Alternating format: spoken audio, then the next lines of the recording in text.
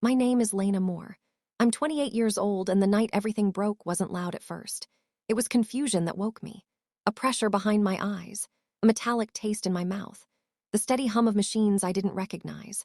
When I tried to move, my body refused, heavy like it had been stitched together with cement instead of bone. Somewhere nearby, a voice snapped my name, sharp and irritated, like I'd missed an appointment instead of survived a crash. That was how I knew my family was there. The last clear memory I had before waking was the road folding inward, headlights spinning, someone shouting that help was coming.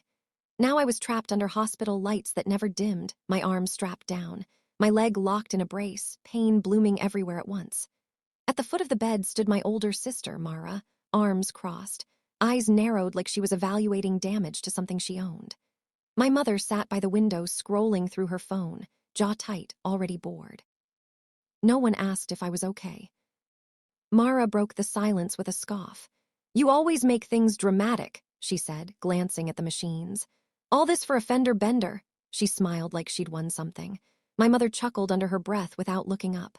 I tried to speak, but my throat burned and my chest felt wrong, like the air wasn't reaching where it needed to go. I stayed quiet. Silence had kept me safe my whole life. Then Mara stepped closer. She stared at the monitor like it offended her. "That noise is annoying," she muttered. Before I could process what was happening, she reached out and pulled the cord free. The screen went black. The room fell into a silence so sudden it felt violent. I didn't scream. I didn't move.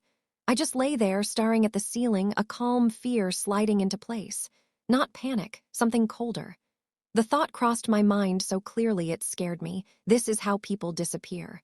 Not loudly, quietly, when no one believes them. The door hadn't closed all the way. A nurse stepped in. She didn't raise her voice. She didn't hesitate. She looked at the dark screen, then at my sister, and said, "You're not leaving. Security and police are on the way." Mara went white. My mother stood up so fast her chair scraped the floor. Excuses spilled out immediately, stress, misunderstanding, emotions running high. The nurse didn't respond. She reconnected the monitor, checked my vitals, and walked back into the hall as radios crackled to life. 10 minutes later, 2 officers entered the room.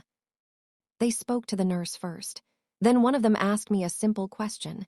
"Do you feel safe right now?" I didn't answer. I didn't need to. My mother and sister were escorted out for interfering with medical equipment and endangering a patient. They argued. They blamed each other. They denied everything. Then the door closed behind them, and for the first time since the crash, I didn't feel like the problem. Relief didn't last. When the room went quiet again, my hands started shaking under the blanket. The monitor beeped steadily, like it was trying to convince me I still existed. I realized something then that made my stomach twist. If that nurse hadn't heard the cord come loose, there would have been no witness. Just a story my family would have rewritten later. A doctor came in later that night. Not rushed, not distant. She pulled up a chair instead of standing over me. She told me something I wasn't prepared to hear. While I'd been unconscious, my sister had tried multiple times to access my medical records, claiming she was my primary contact. When she was denied, she told staff I had a history of exaggerating symptoms. She questioned my medication. She planted doubt. My mother wasn't innocent either. Cameras had caught her mocking my breathing, rolling her eyes behind nurses' backs, dismissing concerns. Small things, dangerous things. "It's documented," the doctor said carefully. "This isn't a misunderstanding, it's a pattern."